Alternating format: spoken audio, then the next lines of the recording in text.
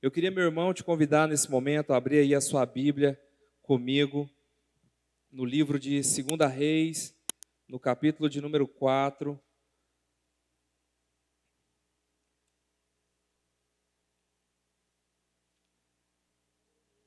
Glória a Deus. 2 Reis, capítulo de número 4. Nós vamos ler do versículo 1 ao versículo 7. Eu tenho certeza que o Senhor quer falar algo no nosso coração nessa noite sobre a provisão dEle, porque esse é o mesmo tema que o nosso pastor Anderson, agora há pouco, também mencionou. Tenho certeza que o Senhor quer falar conosco através dessa palavra, amém? Todos acharam? Glória a Deus. 2 Reis, capítulo 4, versículo 1, assim nos diz a palavra do Senhor. Certo dia, a mulher de um dos discípulos dos profetas foi falar a Eliseu: teu servo, meu marido, morreu, e tu sabes que ele temia o Senhor. Mas agora veio um credor que está querendo levar meus 2 filhos como escravos. Eliseu perguntou-lhe: como posso ajudá-la? Diga-me, o que você tem em casa? E ela respondeu: tua serva não tem nada além de uma vasilha de azeite. Então disse Eliseu: vá pedir emprestadas vasilhas a todos os vizinhos, mas peça muitas. Depois entre em casa com seus filhos e feche a porta. Derrame daquele azeite em cada vasilha e vá separando as que você for enchendo. Depois disso, ela foi embora, fechou-se em casa com seus filhos e começou a encher as vasilhas que eles lhes traziam. Quando todas as vasilhas estavam cheias, ela disse a um dos filhos: traga-me mais uma. Mas ele respondeu: já acabaram. Então o azeite parou de correr. Ela foi e contou tudo ao homem de Deus, que lhe disse: vá, venda o azeite e pague suas dívidas, e você e os seus filhos ainda poderão viver daquilo que sobrar. Amém? Curva a sua cabeça, vamos orar ao Senhor. Pai, em nome de Jesus, nessa noite nós estamos aqui na tua casa. Senhor, nós consagramos a Ti as nossas vidas, as nossas famílias, o que nós temos e o que somos, entregamos nas Tuas mãos. Senhor, nós te pedimos nessa noite que a Tua palavra, Senhor, venha encontrar lugar em nossos corações, que ela possa, meu Deus, em nome de Jesus Cristo, encontrar lugar, meu Deus, para que ela seja semeada, para que ela, Senhor, possa brotar, possa germinar, possa crescer e frutificar. Senhor, nós cremos no poder da palavra do Senhor, nós cremos, ó Pai, no propósito da Sua palavra, e Ele há de se cumprir em nós nessa noite. Encontre, meu Deus, em cada mente, em cada coração, Senhor, um solo fértil para que a Tua palavra seja semeada nessa noite. É a nossa oração, em nome de Jesus. Amém e amém. Glória a Deus. Então nós lemos aqui essa passagem dessa mulher, dessa viúva, que havia sofrido bastante por conta da situação em que ela se encontrava. E ao transcorrer dessa mensagem, a gente consegue identificar vários e vários princípios que essa mulher teve para que ela pudesse se sobressair e pudesse solucionar o problema e a situação que ela estava vivendo. Mas antes disso, vale a gente ressaltar que o nosso Deus, ele é um Deus de propósito muito bem estabelecido, tanto para nós como indivíduos, quanto para nós como povo. O Senhor, ele tem um propósito para mim, para você, para a sua vida. Ele tem um propósito para a nossa igreja e ele tem um propósito para o povo de Deus estabelecido na terra. Desde o início, o Senhor tem um plano perfeito já traçado e já pré-determinado. O Senhor sabe de todas as coisas, Ele sabe de tudo o que vai acontecer. E nós fazemos parte dessa história, né? Houve-se a criação, houve-se a queda, depois veio Jesus para nos salvar, para morrer em nosso lugar, para ressuscitar, para pagar naquela cruz o preço do meu e do seu pecado. E agora nós vivemos um momento da história onde nós esperamos o desfecho final, onde nós esperamos o retorno do nosso Jesus para nos buscar, para que nós possamos passar e viver a eternidade com Ele. Porém, nesse intervalo em que nós estamos vivendo aqui na terra, nós estamos sujeitos a inúmeras situações, principalmente pelo fato do nosso inimigo, do inimigo da nossa alma, ele querer de todas as formas fazer com que eu e você saiamos do propósito para o qual o Senhor nos chamou e deixemos de viver a plenitude aquilo que o Senhor tem para nós. E ele vai usar de várias e várias estratégias para que ele tente nos tirar do caminho para o qual o Senhor nos colocou. O Senhor ele já tem um caminho pré-determinado para nós, Ele tem um caminho para que eu e você vivamos nessa terra enquanto nós aqui estivermos, para que ao final das nossas vidas, ou para que ao final, quando nós recebermos Jesus, nós possamos viver o ápice da nossa criação, que é viver eternamente com o nosso Deus. O Senhor nosso Deus ele nos criou para ter relacionamento com Ele. Enquanto nós estamos aqui na terra, nós estamos vivendo aqui, naturalmente, somos cidadãos celestiais, vivendo nessa terra de passagem para vivermos a nossa vida eternamente com o Senhor. Esse é o plano perfeito de Deus para as nossas vidas. Porém, o inimigo, ele não quer deixar com que esse plano se cumpra. Ele vai fazer de tudo para que eu e você não experimentemos essa vida eterna com o Senhor, mas que nós possamos passar a vida eterna com Ele. Porém, nós estamos aqui nessa noite, nós entregamos as nossas vidas ao Senhor Jesus, nós entregamos a nossa vida ao nosso Deus, e nós estamos aqui para aprender mais uma vez com o Senhor, estratégias para que nós não vivamos a nossa vida de uma forma qualquer, mas que nós possamos viver a nossa vida exatamente da forma como o Senhor determinou para nós. Por isso, na nossa trajetória, por vezes, alguns capítulos, nós não queríamos que existisse, ou às vezes nós não queríamos passar por esses caminhos, né? Nós vivemos no mundo natural, nós estamos aqui na terra, nós somos de carne e osso até então, e nós estamos sujeitos às coisas naturais. Nós estamos sujeitos a doenças, nós estamos sujeitos a acidentes, nós estamos sujeitos a uma série de coisas que são inerentes à vida do ser humano. Mas a grande diferença de uma pessoa que serve a Deus para uma pessoa que não serve a Deus é a forma pela qual essa pessoa ela passa por alguma situação traumática ou por alguma situação não tão agradável. E nós vamos ver mais na frente o exemplo dessa mulher que viveu uma situação extremamente traumática, mas que entendeu que existia um Deus que velava por ela e pela sua família e que esse Deus tinha a capacidade e a possibilidade de exercer sobre a situação dela um milagre e ela pudesse viver algo novo da parte de Cristo. Nós servimos a um Deus provedor que cuida das necessidades das suas ovelhas, que está constantemente com as suas mãos estendidas e com os seus ouvidos abertos à oração que eles fazem. Esse é um versículo que está na palavra do Senhor, onde diz que as mãos do Senhor não estão encolhidas para que não nos possa ajudar, nem os seus ouvidos estão tapados para que não possa nos ouvir. Então, uma vez que nós somos filhos de Deus e entendemos que servimos a um Deus poderoso, um Deus vivo, a um Deus poderoso, um Deus eficaz, um Deus que pode todas as coisas, e que nós temos consciência disso, de que as mãos do Senhor, elas não estão encolhidas, e que os ouvidos do Senhor não estão tapados às nossas orações, isso revigora a nossa fé, isso nos dá mais esperança, isso nos dá mais ânimo, para entender que existe um Deus a quem clamar, existe um Deus a quem recorrer, existe um Deus a quem gritar no momento da tribulação, no momento da angústia, porque nós sabemos que as mãos do Senhor estão estendidas sobre nós. Nós sabemos que, assim como o pastor Anderson falou, ele orou e o Senhor ouviu a sua oração, e instantaneamente, no outro dia, ele já pôde perceber a resposta da sua oração. Às vezes, a nossa oração ela pode demorar um pouco mais a ser respondida, mas uma certeza que eu e você temos que ter é que a nossa oração será respondida. Não há espaço no Senhor para que a nossa oração não seja atendida.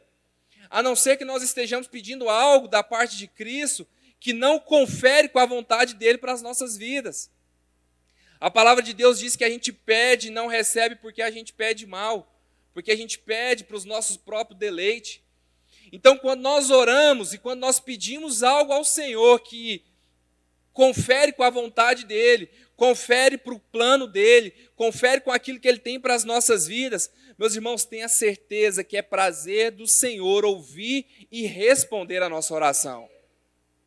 Nós estamos aqui durante as segundas-feiras, nosso culto de oração, e a gente tem ouvido testemunhos dos nossos irmãos de orações que têm sido respondidas.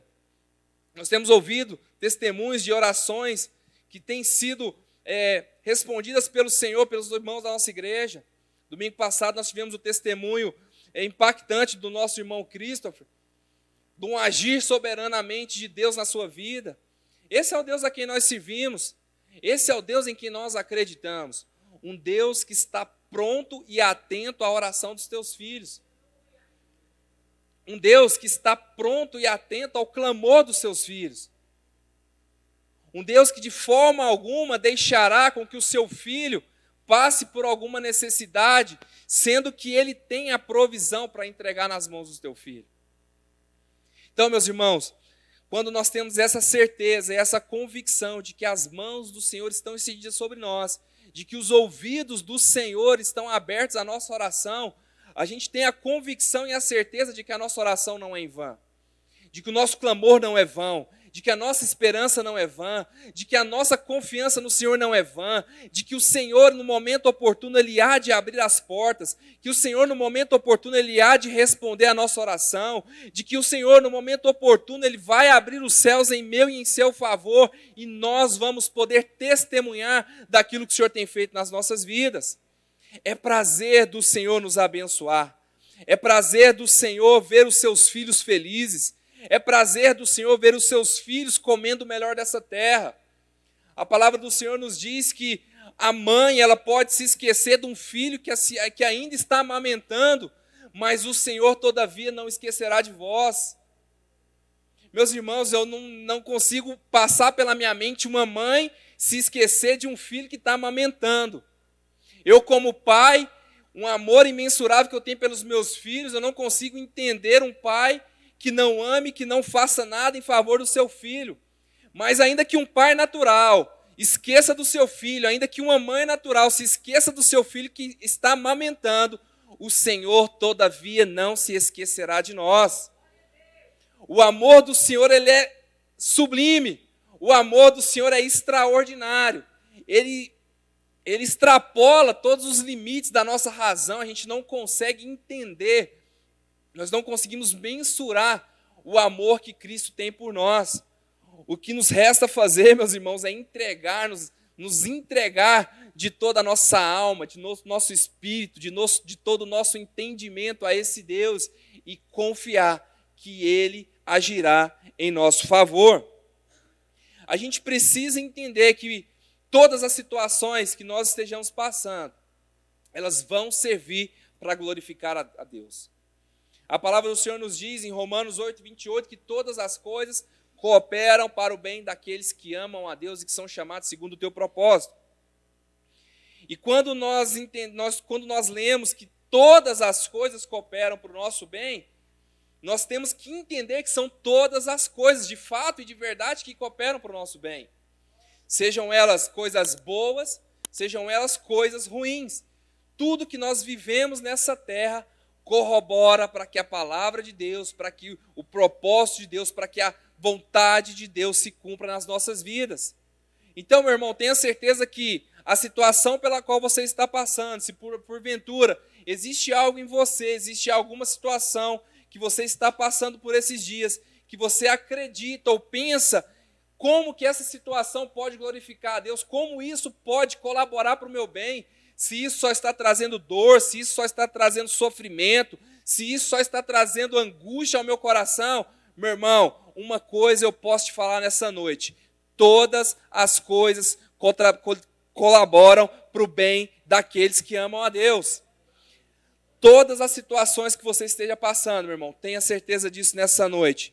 Tudo isso colabora para o bem do Senhor na sua vida.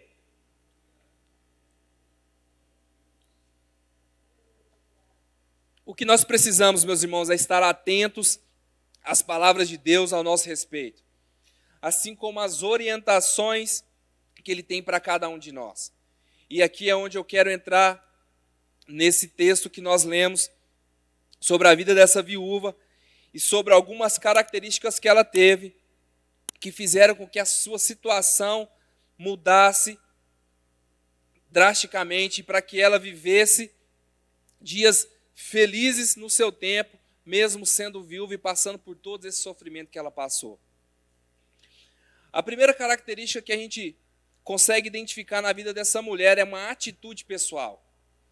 Existem situações nas nossas vidas em que nós precisamos nos posicionar.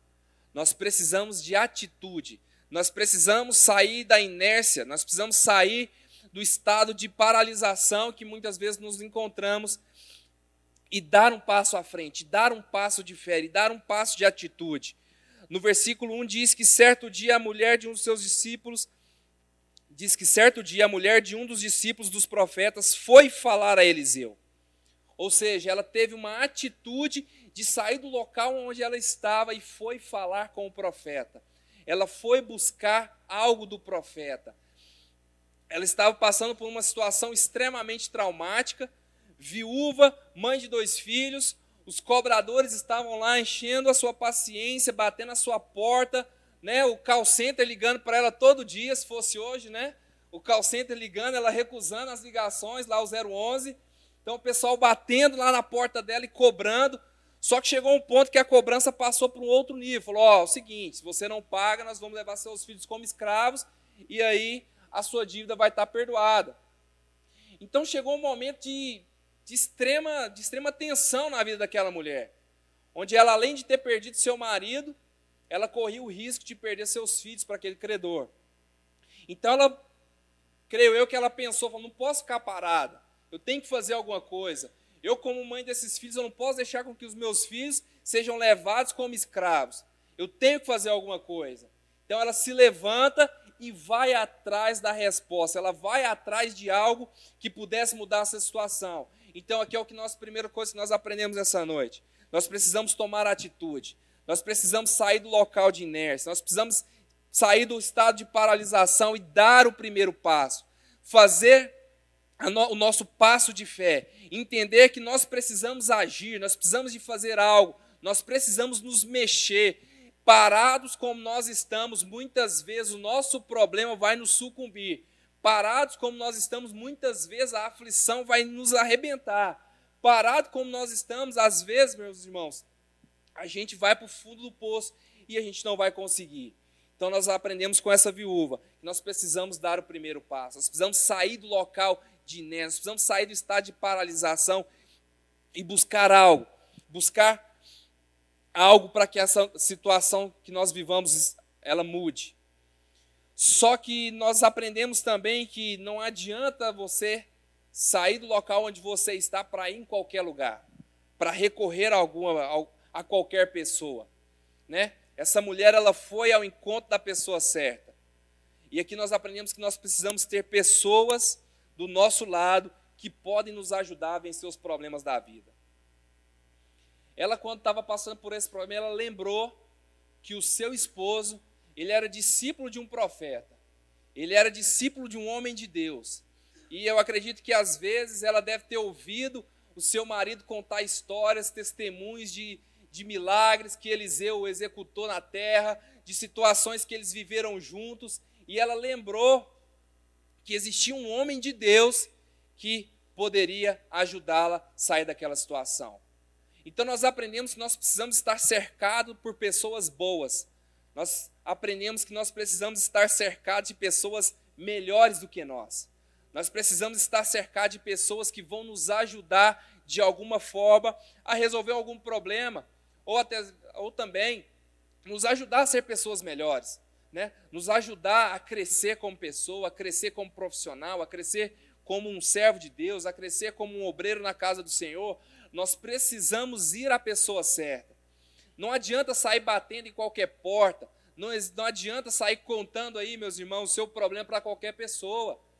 Existem pessoas que, se você contar os seus problemas para ela vai fazer aquela cara de paisagem quando você está contando, mas quando você virar as costas, ela vai dar brados de alegria, ela vai achar bom a tristeza que você está passando. Então, meus irmãos, não é para qualquer pessoa que você vai contar o seu problema. Não é para qualquer pessoa que você vai pedir ajuda. Não é para qualquer pessoa que você vai abrir o seu coração. Existem pessoas, infelizmente, nesse mundo que querem ver o nosso mal, querem ver a nossa desgraça, querem ver a nossa queda, querem ver o nosso sofrimento. E se nós dermos a essas pessoas alimentos, se nós dermos, se alimentarmos essa vontade nela, isso aí vai ser pior ainda.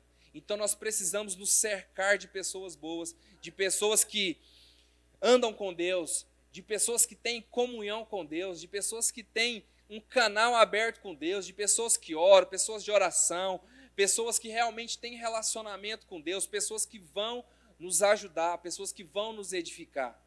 Então, meus irmãos, quando você tiver algo, quando você estiver vivenciando algum problema, alguma situação na sua vida, que você precisa da ajuda de alguém, não recorra a homens que não têm relacionamento com Deus. Não recorra a pessoas que não têm comunhão com Deus, que muitas vezes vão te dar conselhos naturais, mas a gente precisa nos relacionar, nós precisamos buscar resposta daquelas pessoas que têm comunhão com o Senhor e que de alguma forma podem nos fazer chegar mais perto de Jesus. Amém? O terceiro ponto que nós aprendemos com essa mulher é que temer a Deus é fundamental. Com a história dessa mulher, é que temer a Deus é fundamental. Nós não sabemos o que ocasionou aquela dívida do seu esposo, se foi uma irresponsabilidade da parte dele, ou se foi uma situação atípica. Mas a questão é que quem teme ao Senhor, o Senhor não vai deixar essa pessoa desamparada. Quando ela chega até Eliseu, ela fala o seguinte: o teu servo, o meu marido, morreu, e tu sabes que ele temia o Senhor. Essa era uma característica do esposo daquela mulher. Ele temia ao Senhor. E quando nós tememos ao Senhor, nós falamos aqui na quarta-feira passada sobre a sabedoria, é a série de palavras que nós estamos ministrando nas quartas-feiras, buscando o caminho da sabedoria, e o temor ao Senhor é o princípio da sabedoria. Existe um versículo em Provérbios que diz exatamente isso. Provérbios capítulo 1, versículo 7, que o temor ao Senhor é o princípio da sabedoria. Então, além de ser uma pessoa sábia, além de ser uma pessoa que tinha relacionamento com Deus, além de ser uma pessoa que vivia os propósitos de Deus, aquele homem ele tinha testemunho, né? Então, quando a esposa dele chega até Eliseu e fala: o seu servo, lembra do seu servo, meu marido? Não menciona o nome dele, mas ele morreu, não sei se o senhor está sabendo, ele morreu e a nossa situação está assim, mas olha, lembra, ele temia ao Senhor. Então, o temor ao Senhor é uma característica daqueles homens e mulheres de Deus que servem a Deus, que confiam em Deus e que entregam as suas vidas ao Senhor.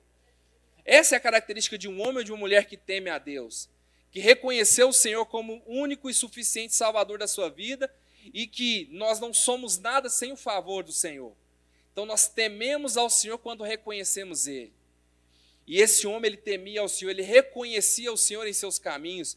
Ele era discípulo do profeta Eliseu, então ele reconhecia que o Deus de Eliseu era o Deus dele, que o Deus de Eliseu podia fazer na sua vida milagres extraordinários.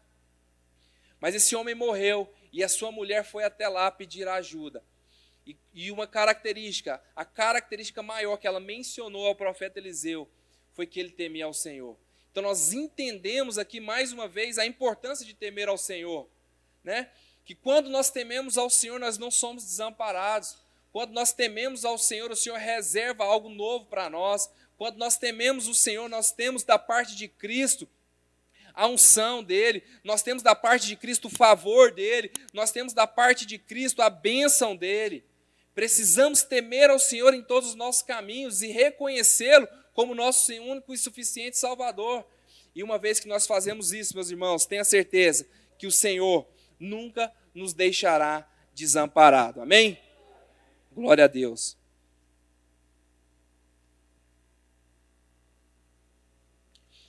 A quarto ensinamento que nós temos aqui na história dessa viúva é que a nossa casa, ela pode ser o ponto de partida para o milagre e a vitória acontecer em nossas vidas. Amém? Então, a nossa casa é o ponto de partida para o milagre e a nossa vitória começa com o que nós já temos. O profeta sabia da situação que a viúva estava passando. Ela era viúva e naquela época não era comum das mulheres trabalharem, né? Então ela era viúva, tinha 2 filhos, então sabia que a situação estava complicada para ela. E mesmo sabendo da situação dela, ele pergunta para ela: o que você tem na sua casa? Vamos lá na palavra. Eliseu perguntou-lhe, versículo 2, como posso ajudá-la? Diga-me o que você tem em casa. Então, meus irmãos, o que nós aprendemos aqui nesse versículo é que o que nós temos em casa pode ser o ponto de partida para o nosso milagre, pode ser o ponto de partida para a nossa virada, pode ser o ponto de partida para Deus fazer um milagre nas nossas vidas. O profeta, ele sabia da situação daquela mulher, ele sabia a situação complicada que ela vivia, mas ele instiga aquela mulher: o que você tem em casa? O que você tem que você pode usar para que a sua situação mude? O que é que tem lá na sua casa que você pode usar hoje para que você rompa esse problema, para que você supra essa dificuldade, para que você supra essa necessidade?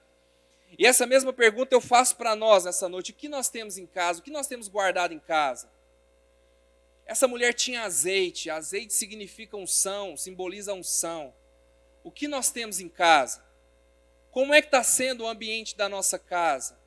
O que é que nós temos em casa? O que eu tenho em casa que eu posso usar para a glória de Deus hoje? O que é que eu posso usar hoje, que tem na minha casa, que vai poder fazer com que a minha situação mude? Que vai fazer com que eu glorifique a Deus? O que é que eu tenho em casa que eu possa usar para louvor da glória de Deus?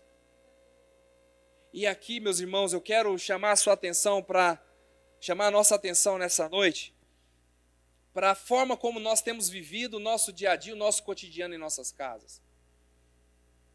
Precisamos ter lares saudáveis. Precisamos ter relacionamentos saudáveis. Precisamos ter comunhão em casa com os nossos filhos, com a nossa esposa, com o nosso esposo, com nossos cônjuges. Precisamos ter um lar saudável. Precisamos viver realmente algo sobrenatural da parte de Deus nas nossas casas. A nossa família é a primeira célula da igreja. A nossa família é a primeira igreja de todas essas igrejas que estão reunidas aqui nessa noite. Temos várias igrejas reunidas aqui nessa noite, como corpo. E nós precisamos cuidar das nossas casas. Precisamos cuidar das nossas famílias. Precisamos cuidar daquilo que o Senhor entregou a nós. A nossa casa é responsabilidade nossa. E nós precisamos manter dentro da nossa casa apenas aquilo que glorifica a Deus.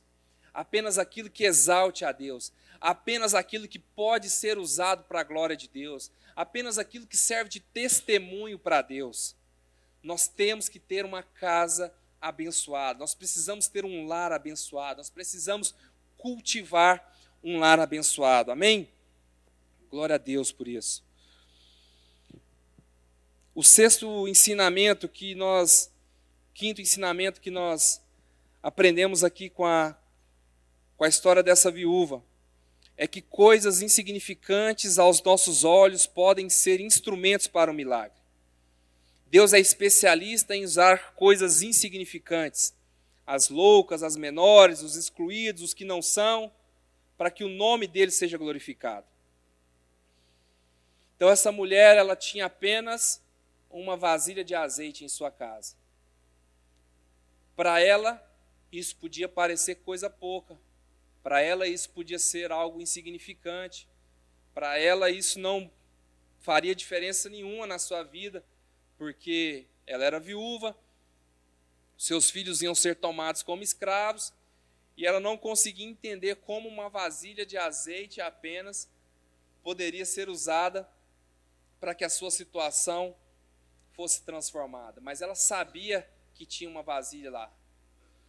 Então, às vezes, meus irmãos, coisas insignificantes, que nós julgamos insignificantes, são aquilo que o Senhor vai usar nas nossas vidas para fazer um milagre. Às vezes, aquilo que parece insignificante, parece pequeno.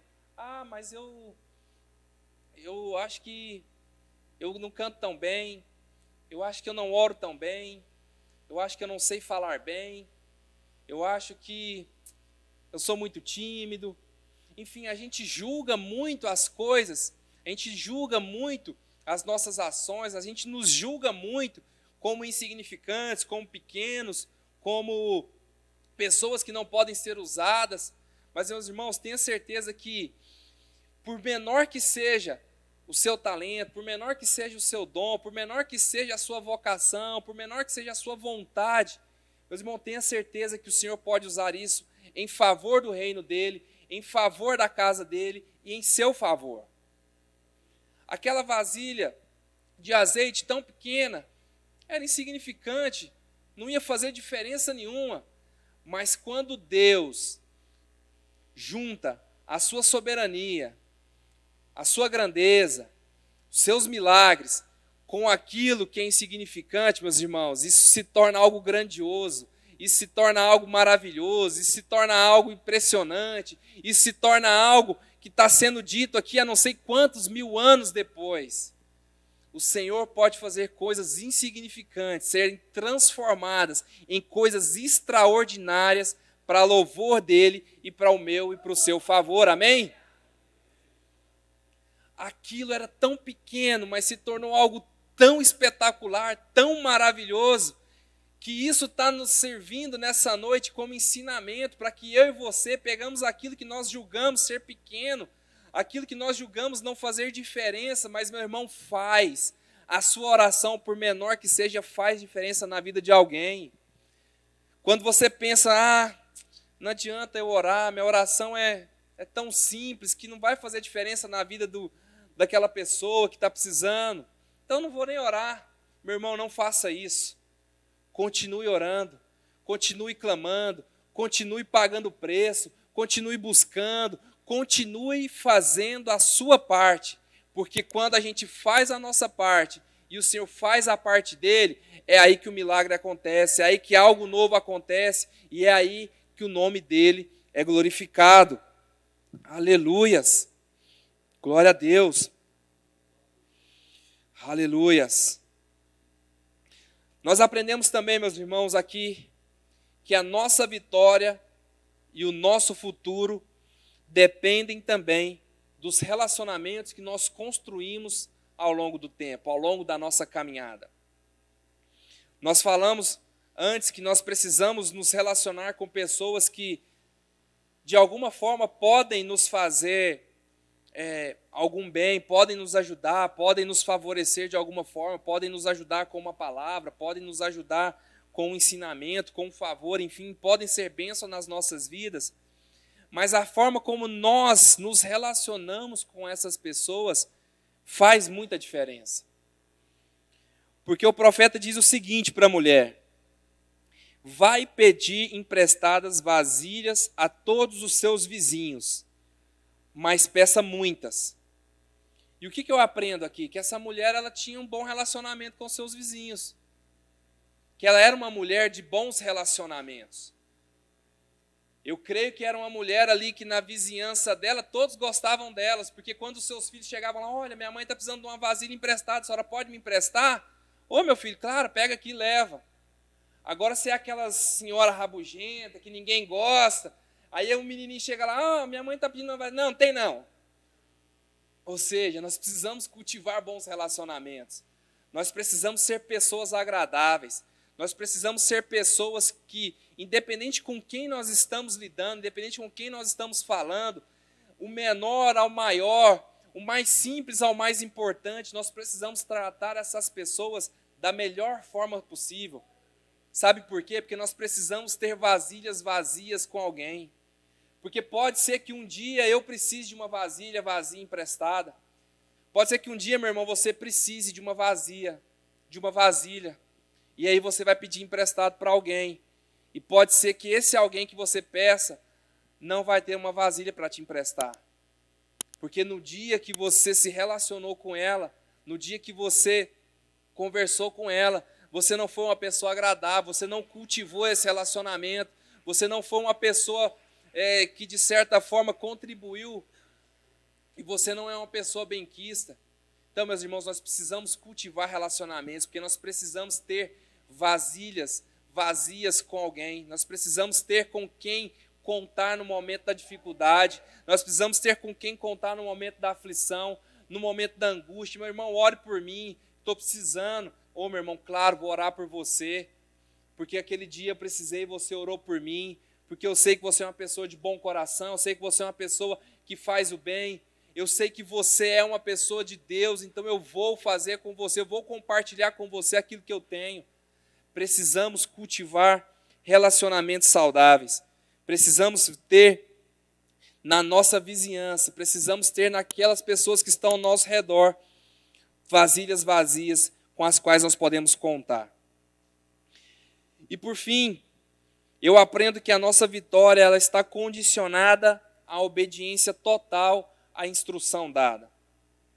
Quando a gente lê e a gente vai pegando aqui os detalhes dessa história, tudo aquilo que o profeta Eliseu disse, aquela mulher ela fez. Você primeiro você vai pedir vasilhas emprestadas, e aí você vai levar para sua casa, você vai fechar sua porta, e você vai começar a derramar o azeite. Vai derramando, vai derramando. Então, tudo que o profeta Eliseu disse para ela, ela fez exatamente como ele instruiu, exatamente como ele direcionou, exatamente como foi a palavra de ordem para ela.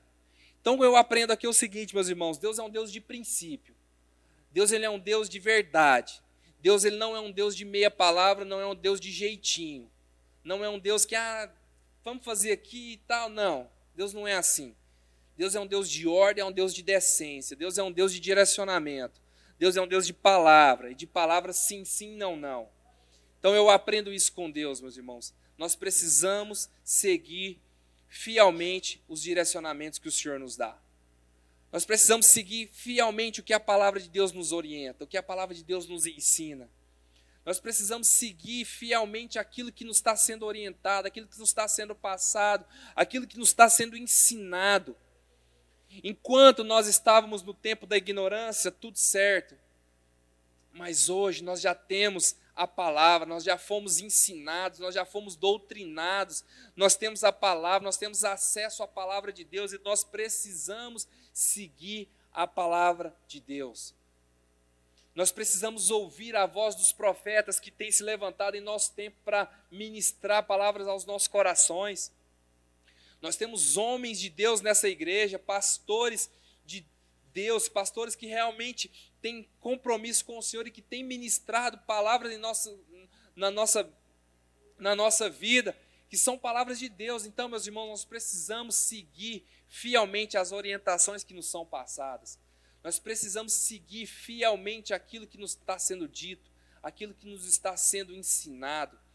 E uma vez que nós cumprimos os princípios, cumprimos aquilo que nos está ensinado, cumprimos o caminho que nos é ensinado, a forma como fazer, meus irmãos, tenha certeza de que não tem como dar errado.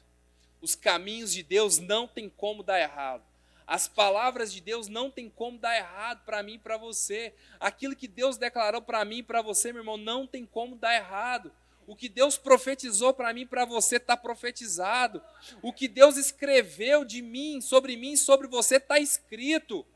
Vai se cumprir à medida que eu e você nos posicionarmos. Vai se cumprir à medida que eu e você levantarmos as nossas mãos e declarar: Senhor, eis-me aqui, faz de mim o que o Senhor quiser. A palavra do Senhor, os planos do Senhor para nós são planos de paz e vão se cumprir para a glória dEle. Aleluias. Eu queria, meu irmão, te convidar a ficar de pé nesse momento. E eu queria finalizar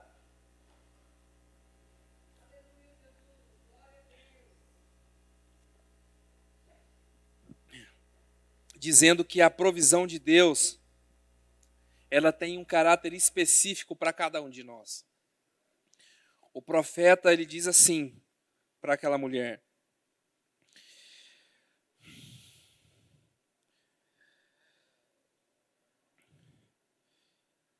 depois entre em casa com seus filhos e feche a porta. Derrame daquele azeite em cada vasilha e vá separando a que você foi enchendo. Depois entre em casa com os seus filhos e feche a porta. O que eu entendo nesse feche a porta, o que eu entendo por esse feche a porta que o profeta disse para ela, é que a provisão do Senhor, ela é específica para cada um de nós. A provisão de Deus para mim, ela é de uma forma. O milagre que eu vou viver dentro da minha casa é de uma forma. O azeite que eu vou tombar nas vasilhas vai ser de uma forma. Mas para você, meu irmão, vai ser diferente. Até porque o milagre que você precisa é diferente do meu. O problema que você às vezes está passando é diferente do meu. A situação que se coloca diante de você é diferente da minha. Então eu entendo que o meu Deus, ele é um Deus de provisão, mas ele é um Deus de especificidade. Ele é um Deus de individualidade. A forma como ele vai tratar comigo vai ser totalmente diferente da forma como ele vai tratar com você. Não vai adiantar eu chegar lá em casa hoje, pegar 1 litro de óleo e querer começar a derramar nas vasilhas que estão lá em casa, porque não vai acontecer. Não é a orientação de Deus para mim. Não é o que Deus quer fazer na minha vida. Não é a experiência que Ele quer ter comigo. Então a experiência que essa mulher viveu foi específica para ela. Mas o que eu quero dizer para você nessa noite é que Deus, Ele quer tratar de forma específica com você. Ele quer que você feche a porta da sua casa, Ele quer que você feche a porta do seu quarto, e Ele vai falar especificamente com você o que Ele quer fazer com você. Qual é o propósito dEle? De que forma você vai sair desse problema? De que forma Ele vai resolver a sua situação? De que forma Ele vai prover na sua vida? De que forma o milagre vai chegar? De que forma Ele vai se apresentar a você? É específico. Feche a porta do seu quarto, meu irmão, e vai buscar a Deus, que Ele te vê em secreto e Ele há de te recompensar em secreto. O nosso Deus é um Deus de provisão. Aquela mulher encheu as vasilhas, e aí ela foi no profeta de novo e disse: profeta, vem encher, tem um monte de vasilha de azeite lá em casa, e agora, o que eu faço? Ele falou: vai, vende, paga tudo o que você deve e vive do resto. Eu quero viver do resto do Senhor. Eu quero viver do resto de Deus. Eu quero viver desse resto que dura para todo sempre, que não vai acabar, que é de alegria, que é de paz, que é de comunhão, que é de gozo, que é de experiência com Deus. Eu quero viver esse resto com Deus. Então, meus irmãos, essa mulher viveu algo sobrenatural da parte do Senhor. Ela foi provida por Deus de uma forma espetacular, de uma forma extraordinária. E se você nessa noite precisa de algo da parte do Senhor, se você precisa de alguma provisão, o Deus da provisão está neste lugar. O Deus da provisão que proveu na vida dessa mulher, Ele há de prover na minha e na sua vida de uma forma especial nessa noite. Eu não sei o que você precisa, eu não sei qual é a provisão que você precisa do Senhor nessa noite, mas o que eu posso te dizer é que o Deus da provisão está aqui e Ele pode fazer com que as suas vasilhas sejam cheias de azeite nessa noite. Enquanto você ora, enquanto você clama ao Deus da provisão, o irmão pastor Anderson vai cantar essa canção e você vai começar a clamar ao Senhor: Senhor, eu preciso da sua provisão. Senhor, se mostra a mim nessa noite. Traga a resposta, meu Deus, daquilo que eu preciso. Eu preciso da tua provisão nessa noite. Eu preciso de um milagre do Senhor. Eu preciso do teu azeite transbordante sobre a minha vida. Comece a clamar ao Senhor, meus irmãos. Ele está aqui nessa noite. Ele está pronto a ouvir a sua oração. Aleluia, Senhor.